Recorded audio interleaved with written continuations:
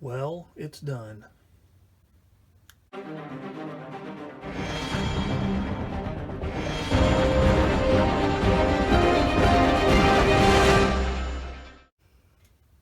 Hi, and welcome back to Plastic Models by a Regular Dude and part 6, the finale of the Amusing Hobbies 1/35th scale Shot Kal. As you can see, this kit is finally done. And before I get too much into talking about it, I want to send out a special thanks to my friend Keith Short for giving me this kit to build after I did a review of it for him several months back. So Keith, thanks a lot, amigo. It was a lot of fun. So let me preface this by saying this is the first Amusing Hobbies kit I have built. Read a lot about them, seen different ones, heard things, seen things, etc. And I have to say that in building this kit, if the opportunity came up again, I would build another Amusing Hobbies kit. Now, I'm sure that from kit to kit it could be different, different experience depending, but you know, I have to say that overall this one seems to be a pretty good manufacturer. Let's start with the instructions first. The instructions were very well laid out, easy to follow, and were actually quite helpful in a few aspects pertaining to the location of some parts. There are some parts that don't have positive location points, and so you kind of have to use your best judgment. But the instructions show quite clearly where the part is supposed to go in relation to other parts and other features on the surrounding plastic. So I was able to do that with no problems. Case in point, you can't even see them, but inside of here there are a couple of rod shaped pieces that extend from the lower edge of the hull casting almost to the upper rounded edge, and there's no locating points and nothing other than the instructions. And I was able to get that positioned to where the I keep hitting the barrel on that thing, it's really long. I was able to position the turret basket with no problems, so I was pretty stoked with that. So the fit was fine. It was good on the whole kit, no problems. Just pay attention in one part, this plate right here, this part that stretches from side to side that has this filler cap here for the water, drinking water system, I guess. And the hatches, the driver's hatches, or hatch, this piece right here, I installed it improperly, but that was my own fault for not really paying attention. So other than that, the fit was great. One thing, as far as aftermarket, I didn't use any aftermarket other than this part right here, the mantlet cover with the rubberized canvas cover on it.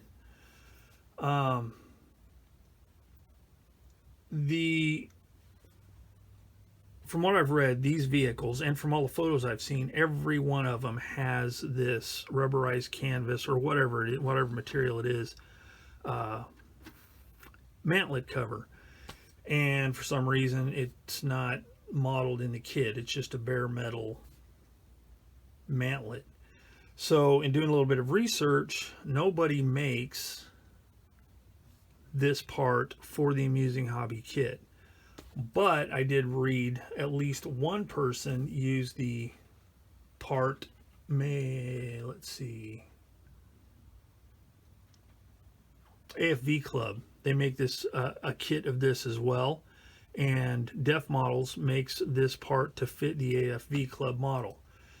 So this person used that AFV Club part for the Amusing Hobbies kit. So I figured if somebody can do it, I can do it as well. So I got the part, and after really a minimal amount of fuss, I was able to get it to fit, and to fit quite nicely. I really don't have any complaints with the way it fit. So if you get this kit, you can rest assured, and I show in detail how I did it in the step-by-step series on this particular kit. But if you get this kit, you can do it, no problem. It can be done. I used the kit tracks, which is unusual, but these were really good kit tracks. They just snap together very easily and are quite sturdy for the apparently weak looking joints. It just worked really good. And when I was snapped it on the bottom, I left them off. I painted them separately and then installed them after I had the painting and weathering done on the lower whole suspension parts, and it just popped right together. I used this wheel here as kind of as a stable surface to pop the two pieces together, and boom, no problems afterwards. So these tracks are really good. No need at all to invest in aftermarket tracks. These work great, and they look really good. The detail is really good. So let's see, what else do we got? We had a few molding imperfections, and I'm glad this wheel is facing like this right now, because I intended to make sure it was facing this way till I moved it. But you can see right here there is a void in the inner rim part right here, like a sink mark, where it didn't fill completely with plastic, but it was only on a certain wheel on each sprue, so it's not that bad. And especially if you use the side skirts, you can just roll that thing up out of place, like voila, problem solved. Nobody can see it. So tracks were really good. The molding on all the parts was really good. Very faint, thin mold seam lines to deal with. One complaint in the molding process, or the engineering choice as far as the way these ammo cans were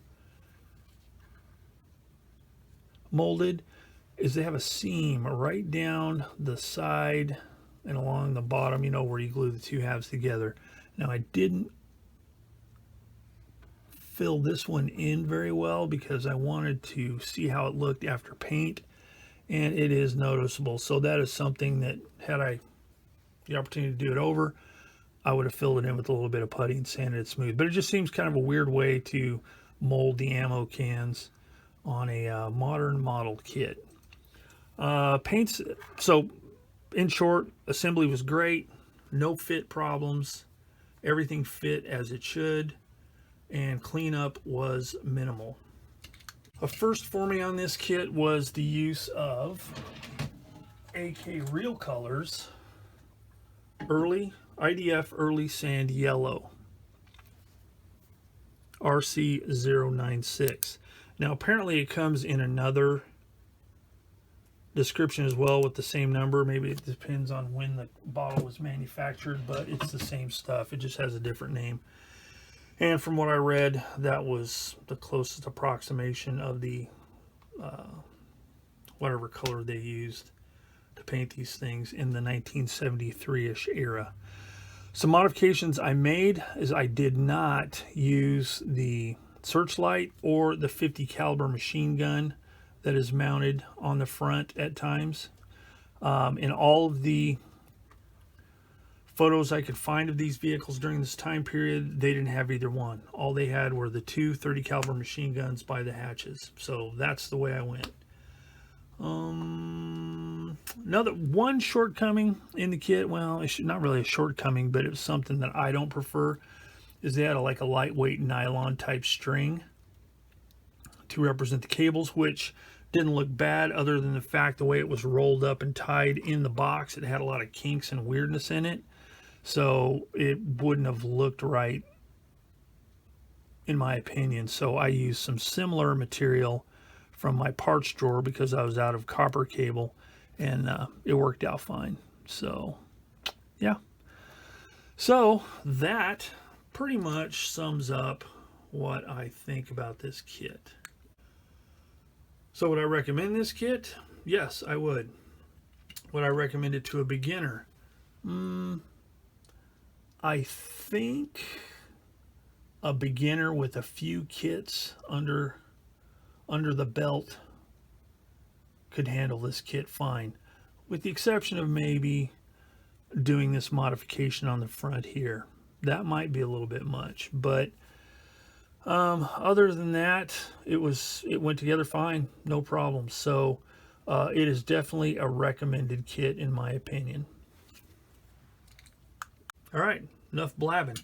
So thanks for following along with this build, and stick around for a few seconds and you can see the slideshow of this kit in its completed form. So as always, thanks for watching Plastic Models by a Regular Dude. If you haven't subscribed yet and you like the content, go ahead and hit the subscribe button so you can watch some more of my shenanigans. If you like the video, hit the like button. Again, I don't know what the like button does, but everybody says that at the end of their videos, so I'm following suit. If you don't like it, hit the dislike button. I'm okay with that too. Freedom of choice, people. All right, so that's it. Thanks for watching. Stay tuned for the slideshow, and I will see you all later.